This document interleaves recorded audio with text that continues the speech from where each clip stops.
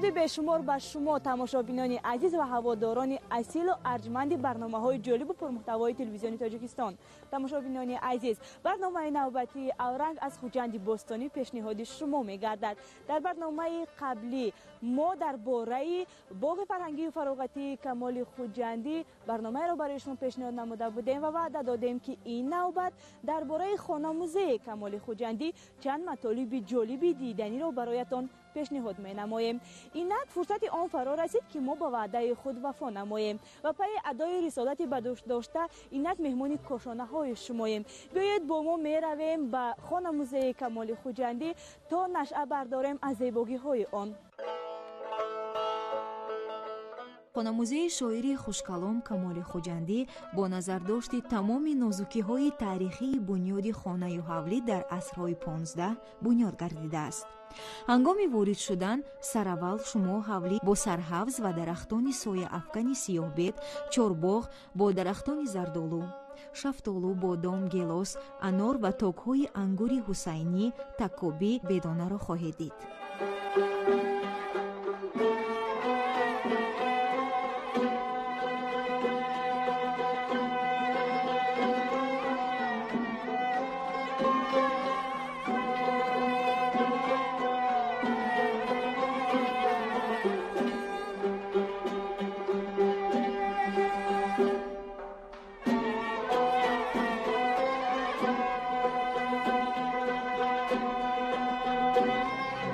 تماشابینان عزیز، با مقصد آشنا گشتن با تمام مخصوصیت‌های تاریخی، زیبایی‌های تاریخی خانه-muzei کمال خوجندی امروز به صحبت خود دعوت نموده‌ایم والده قادر مرا که همچون راهبلد در این خانه-muzei فعالیت می‌نمایند.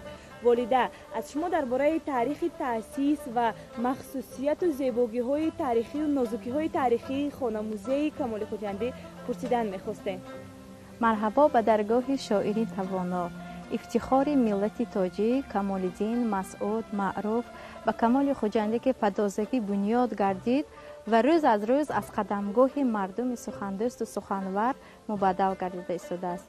با تشبث اساسگزار صلح و وحدت ملی پیشوای ملت محترم جناب عالی امام علی رحمان انا همین باغ را از نو احیا کردند که در قطار آن خانه-muzei کمال خوجندی ساخته به اتمام داشتند. پیش از خانه را بنا کردن سرحوض میشناندن و درختان سیاه‌بید که خانه را از نمی و شوری نگه داشته میشد. انمی درختها. سرحوض برای چی دکار بود؟ سرحوض برای درختها و آب دادن، برای گلها و آب دادن وقت ذخیره کرده میشد. خیلی که ما دیدیم در سرشوی باغ همچنان درختان انار شنانده شده است. آیا همین هم یگان خصوصیت دارد یا تنها به خاطر زیبایی شناندن؟ نه، البته این خصوصیت دارد. انار که در درونش انار که سردانه که هست سرفرزندی نشان میده. حتما در عصرهای 15-16 حتما در خانه ملی تاجیکان انمخل درختان انار میشنودن میوه دهنده. یعنی هنگام ساختن این باغ، این خانه-muzei تمام زیبایی‌های نازکی‌های تاریخی آن را نیز جاری هستند. البته. آیا در این نزد دروازه یگان نازکی دیگر هست چه ما می‌بینیم درآمدگاه آن از دیگر دروازه‌ها فرق نیز دارد؟ البته در همین دری کندکاری کرده شده دو حلقه داشتند. حلقه دایره شکل از آن زنها بود، حلقه درازرای از آن مردها بود. یعنی که از همین با آواز است با همین زنجیر صدا میدادن. اگر که مرد می بیاید حتما حلقه درازرای صدا میدادن. اگر در خانه مردها بیاید زنهای ما با مردهای بیگانه درآمد می‌شدند. خرابه دل من پر شد از محبت دوست، مباد هیچ دل خالی از مودت دوست. کمال خسته دل و نامراد و بی حاصل، چی باشد در رسد به مراد ز دولت دوست. بیایید اکنون معلومات دهی را از قسمت داخلی خانه-muzei آغاز می‌نماییم. تا جایی که ما معلوم داریم، تا جایی که ما آگاهیم، خانه-muzei از دو قسمت عبارت است. یعنی ما قرار داریم در نزد حولی مردانه که آن از دو مهمانخانه دارند و یک تدریسگاه عبارت است. تدریسگاه البته. بیایید درباره همین نازکی‌ها کمی معلومات می‌دادیم. بیا آغاز نماییم از همین مهمانخانه تابستان، زمستانه و تابستانه. اول که مهمان می‌بیایند در همین خم‌های کلان نگهداری آب ذخیره کرده میشد. اول دستشان را می‌شستند، بعد به موسم نگاه کرده مهمان را قبول می‌کردند. یعنی همین همین نازکی هم در نظر گرفته شده؟ البته. آیا همین مهمانخانه های تابستانه و زمستانه شاید از جهت ساخت باشد، شاید از جهت همون اندازه‌اش باشد، از جهت شکلش باشد، از همدیگر فرقیت دارد؟ البته. در اینجا از بس که ما مهمانخانه زمستانه گفتیم، هم از جهت ساخت و هم از جهت آرایشی فرق کننده می باشد مهمانخانه زمستانه. در اینجا جایی که شما ایستادید نامش پایگاه میگویند. در پایگاه آبریز داشتن، برای دست روشتن استفاده می بردن و موری با دودکش در اینجا خوراک می پختن تنها مردها. در اینجا صنعت دیده می شود که صنعت های نقاشی، گچکاری، کنده‌کاری رو در اینجا دیده می شود. نقاشان جورای غفورجان انحای ملی تاجیکان رو در بولور نقش آفریده. هر یک بولور از 7 بولور تا 11 بولور، 13 بولور بود که هر یک رنگ‌هایش رمز خود را داشت. کعبه کویش مراد است این دل آواره را، با مرادی دل رسان یا رب من بیچاره را. دل در آن کو رفت و شد آواره من هم می روم، تا از آن آواره تر سازم دل آواره را.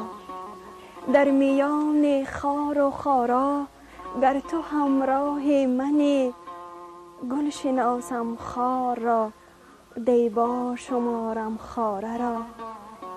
گر از آن دامن بدین درویش وصله می رسد، وصله می دوختم این دلق پاره پاره را. سوی زلفش رفتم و دیدم که در بند دل است، جز من شبرو کی داند مکر این عیاره را. پیش نااهلان چه حاصل ذکر پردان کمال، دانه گوهر چه ریزی مرغ ارزن خاره را. مهمون چون به حولی وارد می شود دست شسته به مهمانخانه می درآید. اتاق وارداتی مهمانخانه که به صفت پایگاه خدمت می نمود دهلیز نام داشت. در دهلیز آبریز و آتشدان با دودکش موری وجود دارد که ورودگاه خانه کلان را افاده می کند.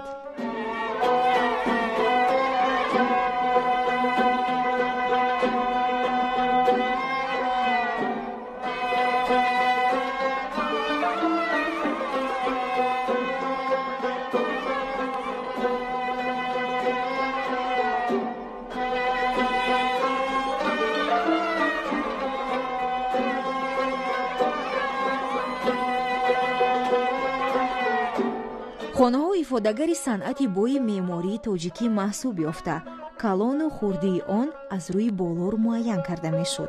مخصوصا نوهای لوله بولور، چورلا بولور، баъзан болори чорах ё чортарош, болори пушти моҳӣ миёни омма васеъ истифода мешуданд. дар ҳамон замон устоҳо андозаи ҳуҷраҳои истиқоматиро аз рӯи шумораи болор муайян менамуданд. болорҳо асосан аз чӯб сохта шуда, андоза, шакл ва миқдори он вобаста ба ҷой ва мавқеи истифодаи он муайян карда мешавад. дар асри 15 асосан хонаҳоро 7, 9 ё 11 болора месохтанду рӯй ва гоҳо ду паҳлӯи онро наққошӣ ё кандакорӣ мекарданд. биҳамдиллаҳ ки дигар бор рӯи дӯстон дидам, чӯ булбул мекунам мастӣ ки боғу бӯстон дидам. манам мурғи хушилҳомам ки берун аз қафас худро ба иқболи баҳор эмин зи ташвиши хазон дидам. дар меҳмонхонаи ҳавлии хоҷа камоли хуҷандӣ бошад, болори нақшин бо васаҷуфти наққошӣ кардашуда истифода шудааст ки аз маҳсули эҷози ҳунармандони маҳаллӣ абдувосит абдураҳмонов, шарафҷон ҳикматов, рустам ҷалолов ва як гурӯҳ шогирдони дигар аст. дар ҳамон давраҳо стенка надоштанд, онҳо ба монанди токчаҳо асбобҳои рӯзгорашонро дар инҷо мемонданд. дар хонаи миллии тоҷикон ҳатман асбобҳои мусиқӣ доштанд ба монанди доира, най, ғижак, танбур. аз ин асбобҳо вақташонро чоғ мекарданд, замзама мекарданд. мо гуфтем меҳмонхонаи зимистона ки ҳаст, албатта сандалӣ доштанд онҳо. ҷек фарқкунандаш ҳам ҳамин аст, бале? ҳа, маънои сандалие ки дар инҷо мо сандалӣ мо шумо медонем ки ин аз қадим ба мо мондааст ва қолинҳо ҳамаш дасти боф. инҳо ду намуд нусқаш бештара, лекин дар ҳол ин ҳозира мебошад. ана ҳин пойафзоле ки аз дарахти тут сохтаги, ин пошна аз гармӣ ва сардӣ нигаҳ дошта мешуд. ҳам аз дарахти арча ҳам месохтанд, ҳам аз дарахти зардолу ҳам месохтанд.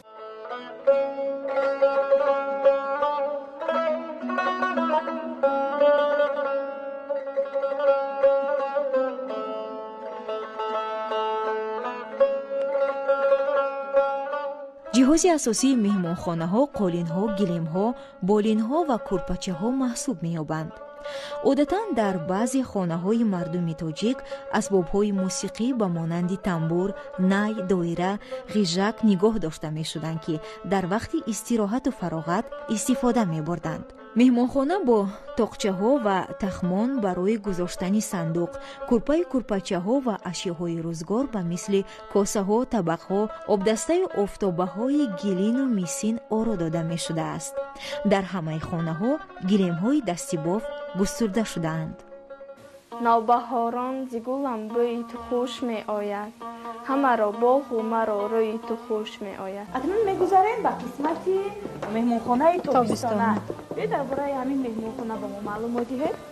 албатта дар инҷо меҳмонхонаи тобистона, дар инҷо бисёртар санъати гаҷкорӣ дида мешавад. гаҷкорӣ ҳам хонаро салқин нигоҳ медоштанд.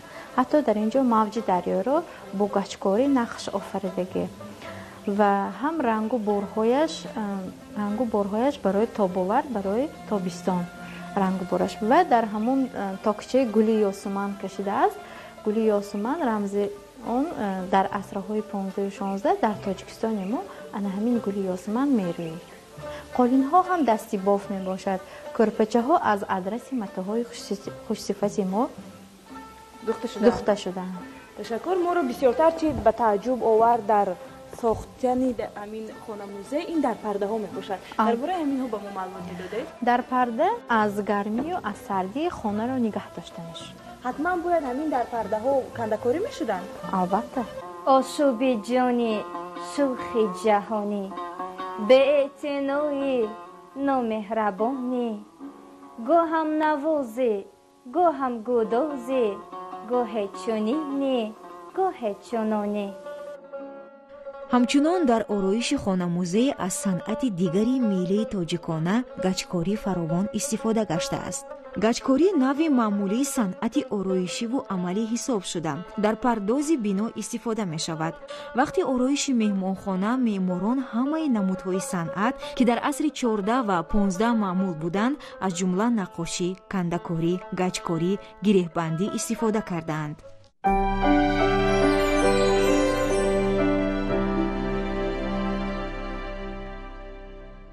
тамошобинони мо аллакай дар бораи қисмати меҳмонхонаҳо маълумот пайдо карданд. биёед ҷониби тадрисгоҳ меравем, то чанд маълумотро доири ин қисмати хона низ барои эшон дода бошем. албатта. тадрисгоҳ яъне ки ҷои омӯхтани илм, мушоираи шоирон.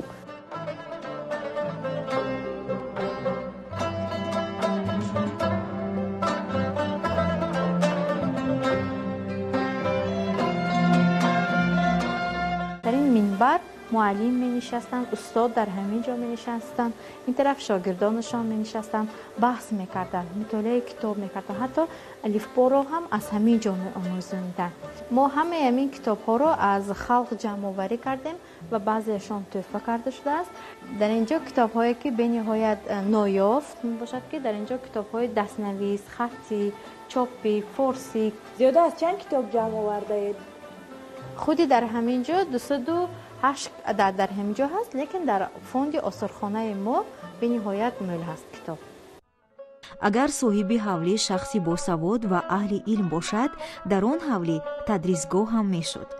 ин тадрисгоҳ бо риояи тамоми унсурҳо бо қасаба, ҳавзак сохта шудааст. дар тоқчаҳо асарҳои бедил, ҳофиз, туғрал, аттор, фузулӣ ва дигар шоирон гузошта шудааст.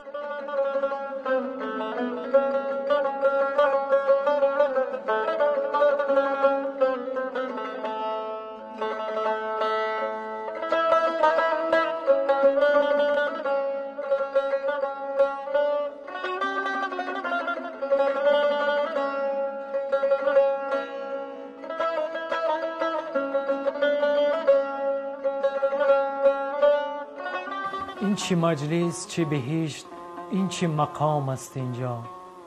عمر باقی روحی ساقی لب جام است اینجا. دولت یک از همه بگذشت، از این در نگذشت. شاده یک از همه بگریخت، غلام است اینجا. در این مکان در برابر نقاشی و گچکاری صنعت کندکاری وسیع استفاده شده است. ما آن را در پرده تیرزه، در خانه ها، ایوان، پیشتاقی ایوان و دیگر برآمد به چارباغ دیده می توانیم.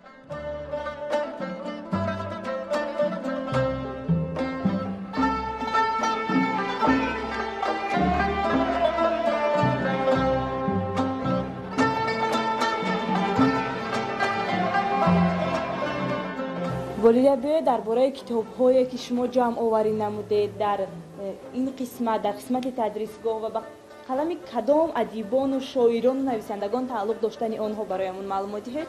در اینجا کتاب‌های عطار، فضولی، نوایی، حتی میل سید علی حمدانی هست در اینجا کتابش. بینندگان عزیز، با کمک والده قادر و راهبلد خانه-مuzei کمال خوجندی این حال ما توانستیم و کوشش نمودیم که برای شما چند معلومات ضروری را، چند معلومات لازمه را بابت قسمت مردانه خانه-muzei کمال خوجندی پیشنهادتان نماییم. این حال نوبت را میدهیم به همکارمان دلفروز رحمت و تا شما را با قسمت زنانه خانه-muzei آگاه نمایند.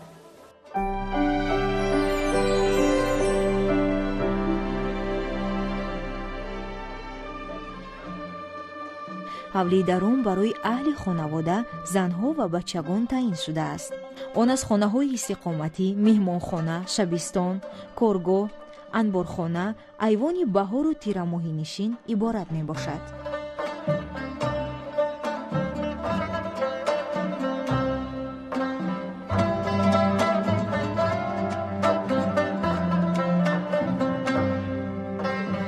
ما در خانه-muzei شاعری به‌مثل شیخ کمال خوجندی قرار داریم و علاقه با شما همکاران ما شبنم و والده معلومات دادند که خانه-muzei از دو قسمت عبارت است، از قسمت مردانه و زنانه. این لحظه هم صحبت من، راهبلد ما، مطرب بانو، من و شما را با حیات و فعالیت زنان این خانه-muzei در عصر 15 معلومات می‌دهد. مرحمت مطرب بانو با ما معلومات می‌داده که در عصر 15 زنان این خانه با چی کار مشغول بودند، چی هنرها داشتند و چی گونه زندگی می‌کردند. قسم درونی حولی از آن زنها میباشد. در این حولی اکثر بچه‌هایی که به سن 13 رسیدند به این حولی درآمدنشان قطعاً منع بود، زیرا آنها به بلاغت رسیده بودند. اینجا باشد اتاق کارگاه می باشد. طبق تعامل تاجیکان مردمان ما با یگان هنر مشغول می شدند که در اینجا هنری اطلس بافی نشان داده شده است. در اینجا دو دستگاه اطلس بافی نصب کرده شده است که یکیش اطلس می باشد، دویمش باشد متا برای زنها می باشد، دویمش باشد بی قصب می باشد، متا برای مردها می باشد. طوری که دیده ایستادان این خانه باشد اتاقی کودکان می باشد. در این خانه زنها هم به تربیت فرزند مشغول می شدند، هم در اینجا کارشان را دوام می دادند. بله تماشاگران عزیز، طوری که راهبلد مطرب بانو معلومات دادند، هنوز در خوجند باستانی در عصر 15 زنان این هنر اطلس و ادرس بافی را آموختند و این هنر آنها تا به امروز از اولاد به اولاد آمده رسیده است و امروز نیز در زمان معاصر طوری که دیده ایستاده در این خانه-muzei این کارگاه‌ها فعالیت دارند و پیراهنی که عین زمان من و مطرب بانو باور کرده ایم انمین استحصال و آماده کرده زنان انمین کارگاه می باشد. در این قسمت زنان به تربیت فرزند مشغول بودند، دوزندگی و ادرس بافی می کردند. در این حوله همچون هنری میراثی ادرس بافی رایج بود. با دستگاه ادرس بافی متاهای خوشصفت بی قسم، ادرس، پادشاهی، علوچه بافته می شدند. طریق عشق می ورزه، رها کن دین و دنیا را، خلاص خویش می جویی، مجو ناموس و دعوا را. به نور عقل نتوان رفت راه عشق ای عاقل، ز مجنون پرس اگر داری طریق حی لیلا را. ز آه سینه عشاق ظلماتی شود رضوان. اگر در روزه ننمایی به ما نور تجلی را. بیارا روزه رضوان بر روی خود که به رویت ز دوزخ باز نشناسد کسی فردوس اعلی را. تو تا صورت پرست اهل معنی را کجا بینی؟ به چشم اهل معنی می توان دید اهل معنا را. کمال از غایت رنده اگر یابد خریداره. کمال از غایت رنده اگر یابد خریداره. به جای باده بفروشد صلاح زهد و تقوا را. اکنون میرویم به اتاق انبارخانه که این به زنها تعلق دارد. زنهای ما از قدیم الایام اتاق انبار به دست زنهای ما بود. در اینجا سبزیجات و میوه های تر در اینجا ذخیره کرده می شدند. خصوصا ارد و برنج زیاده از 3 سال در اینجا ذخیره کرده می شد. بیایید میبینیم چه دوره که دیده ایستاده هر یک محصولاتی ما به ظرف‌های مخصوص نگاه داشته می شود که خم‌های مخصوص دارد که در اینجا محصولات ها را ذخیره کرده می شوند. محصولات ها ذخیره در مدت چند سال به فکرم ذخیره می شوند؟ 3 سال در اینجا ذخیره کرده می شوند. خصوصا شالی گرونج در مدت 3 سال در اینجا ذخیره کرده می شود. من چه دوره که دیده ایستادم من شالی тамошобинони азиз, дар ҳақиқат ин маҳсулотҳо макет ё умуман ягон чизи дигар нестанд. ин шоли ҳақиқӣ ҳаст ки дар муддати чанд солҳост ки дар инҷо захира шудааст. дар инҷо анор, бале анор ин чанд сол дар инҷо захира шудааги? 3 сол дар инҷо бошад.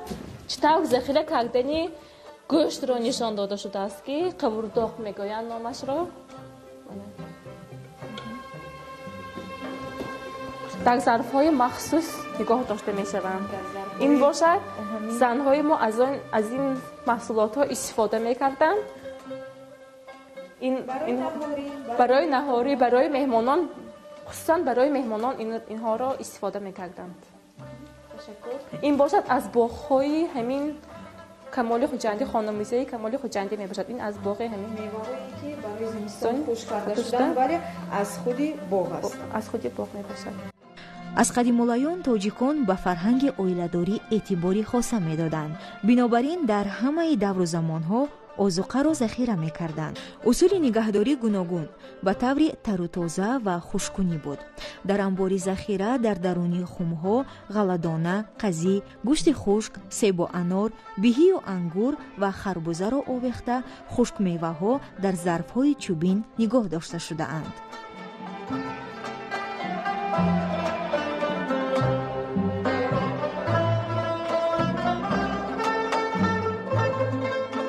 بعد از امروز آشکارا دست می دارم تو را.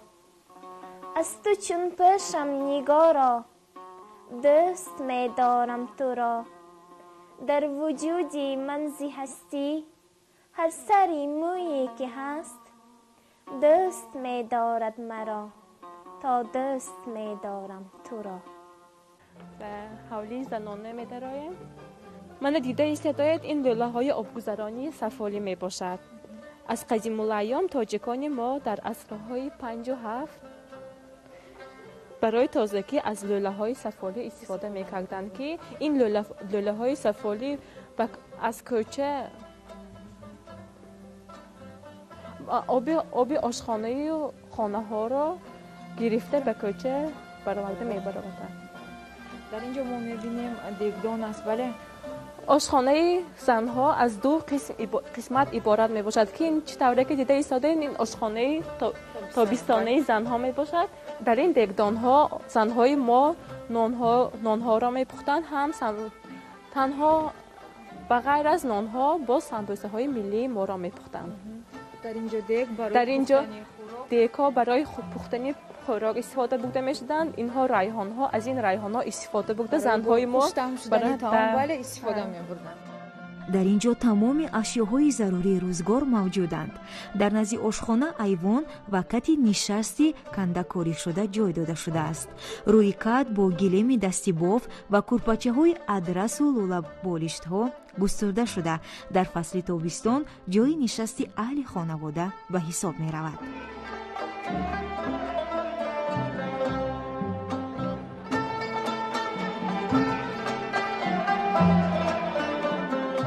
از تو یک ساعت جدایی خوش نمی آید مرا، با دیگر کس آشنایی خوش نمی آید مرا.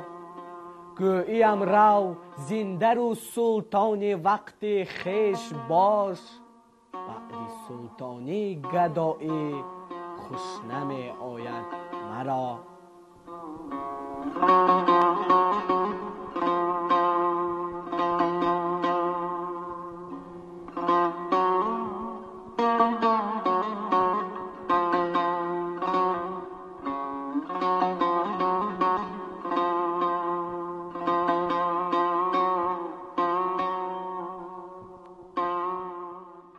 меҳмонхона шабистон дар қисмати дарун ҷойгир шуда аз ду қисм хобгоҳ ва аз ҷои истироҳатӣ иборат аст. бештар дар қисмати истироҳатӣ занон ва духтарон бо кашидадӯзӣ, мутолиаи китоб, муошира ва навохтани асбобҳои мусиқӣ машғул мешуданд. ин хона низ даҳлез дошта дар он обрез оташдон бо мурӣ вуҷуд дорад. тоқчаҳо бо асбобҳои рӯзгор ба мисли косаҳо, табақҳо, обдастаю офтобаҳои гирину мисин оро ёфтаанд.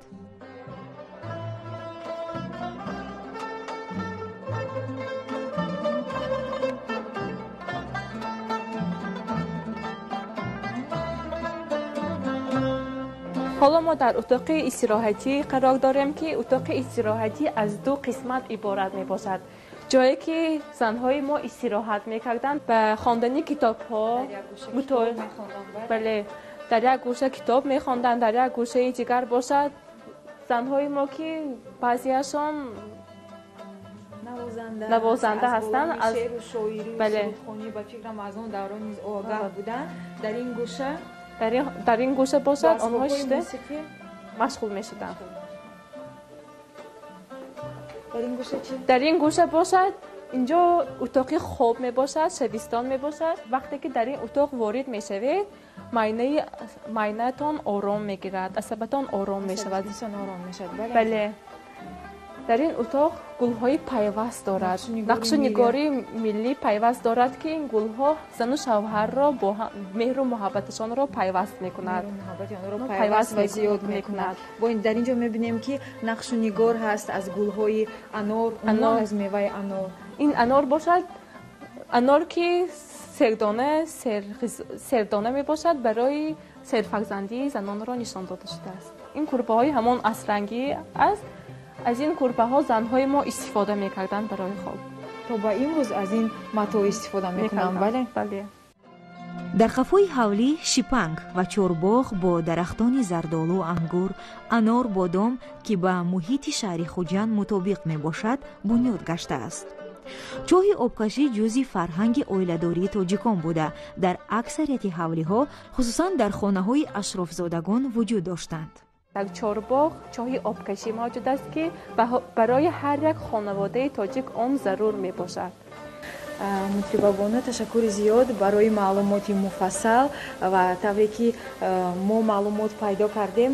занони тоҷик аз қадим соҳиби ҳунар, истеъдод, фарҳанг ва маърифат буданд. با حرف لطف مردم شیراز از کمال باور نمی کنند که گویم خوجندیم. ашъори шайх камоли хуҷандӣ ки ифодакунандаи ишқу зебоӣ ва меҳру муҳаббат нисбат ба диёр мебошад, дар олами идрок шамъи маърифату меҳру ҷовидона фурӯзон нигаҳ медорад.